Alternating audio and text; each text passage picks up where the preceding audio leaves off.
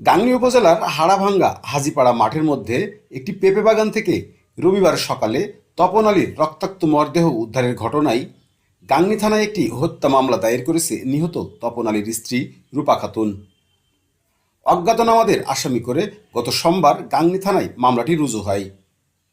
মামলার পর থেকেই হত্যাকাণ্ডে জড়িতদের ধরতে কাজ করছে পুলিশ। নিজে দেখুন, অন্যকে দেখাতে ভিডিওটি শেয়ার করে মিরর বিডির সাথেই থাকুন।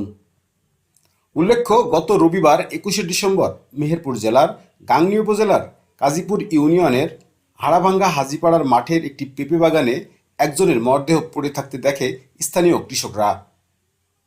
মরদেহটির মুখ মাটির সাথে থাকায় তাকে শনাক্ত করতে পারছিল না ঘটনাস্থলে আসা শত শত মানুষ।